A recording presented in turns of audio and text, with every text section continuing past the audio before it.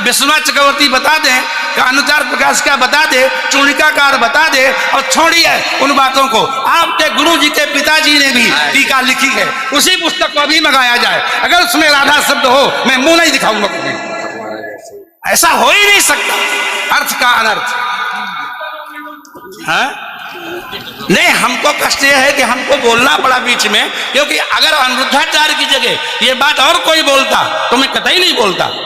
देखिए, अनिरुद्धाचार्य जी इस समय टीवी पर छाए हुए हैं, लाखों लोग इनको सुन रहे हैं, तो ये तो यही समझेंगे ना कि अनिरुद्धाचार्य बोल रहे हैं। इसलिए आपके द्वारा कोई अपशब्द नहीं निकलना चाहिए। मैं आपसे वंदन करता हूं, कभी कोई अनर्थ करना हो तो विचार करके करिए। मैं और कोई बात नहीं, सबको क्षमा मांगता हूं।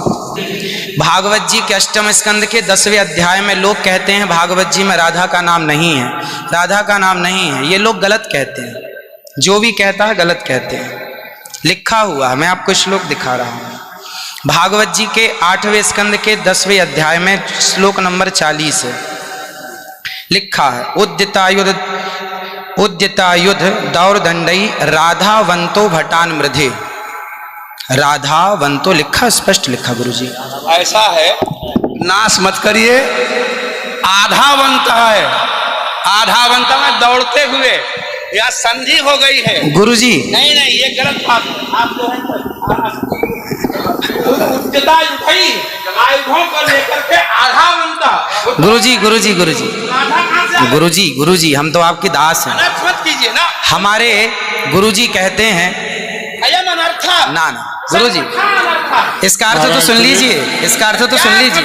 आप जब राधा बता रहे हो, सुनिए सुनिए गुरुजी, इसका अर्थ है राधावंतो भटान मृधे। इसका अर्थ गुरुजी ने बताया हमें। गुरुजी ने, हमारे गुरुजी, कोई गुरुजी नहीं बता सकता। हमारे गुरुजी कहते हैं बिल्कुल नहीं बता सकते, क्योंकि जब आप राधा बनाओगे तो विसर्गे कहाँ जाएंगी? गुरुजी उद्यतायुधई ही हो गया।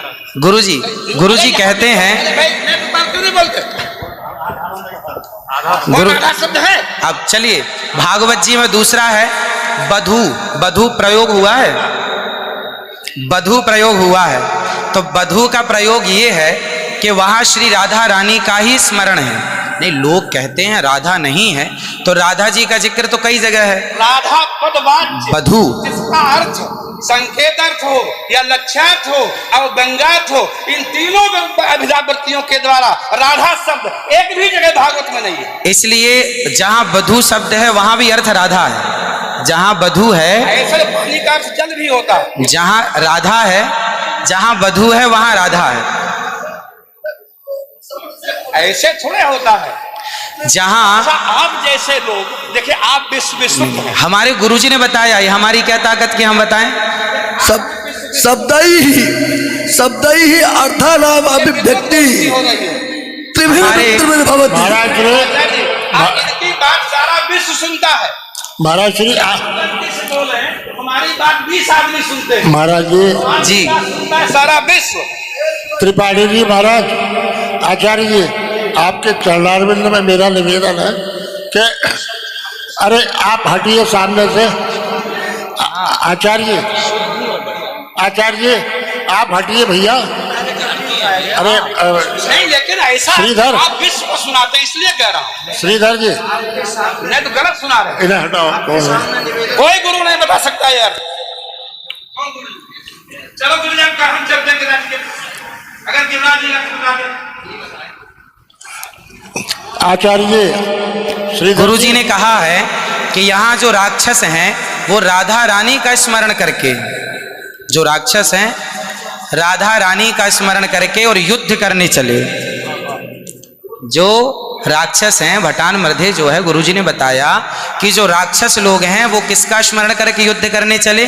श्री राधा रानी का। ब्रह्म वैवर्त पुराण के अनुसार राधा ही मूल आधार है। यहाँ तक कि राम में भी राधा छिपा हुआ।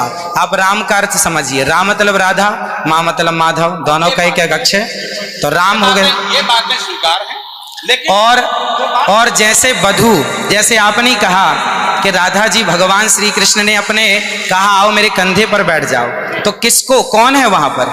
राधा जी हैं। राधा जी हैं तो हैं, लेकिन वहां बधू है।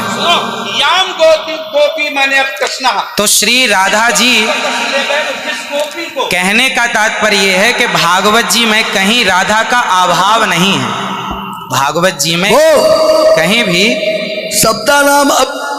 शब्दै ही अर्थानाम अभिव्यक्ति कई वृत्ति भवति।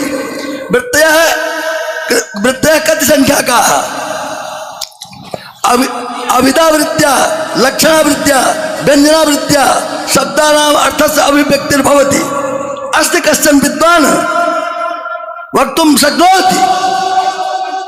महाराज जी, आप दोनों के पावन चरणारविंद में मैं हाथ जोड़ करके निवेदन करता हूँ, मेरी बात सुन लीजिए। नहीं, आप तो मेरी गुरुजन हैं, गुरुजन हैं, मेरी- आप ही तो सिखाएंगे। मैं कह रहा हूँ अर्थ का अनर्थ क्यों सभा में करते हैं लोग। तुम पूरे विश्व को सुनाते हो, गुरुजी जो मेरे गुरुजी ने सिखाया वो मैं ये बोल रहा गुरु हूँ। सिखा ही नहीं सकते, आप अशुद्ध बोल रहे हैं बात। अभी श्री राधा और माधव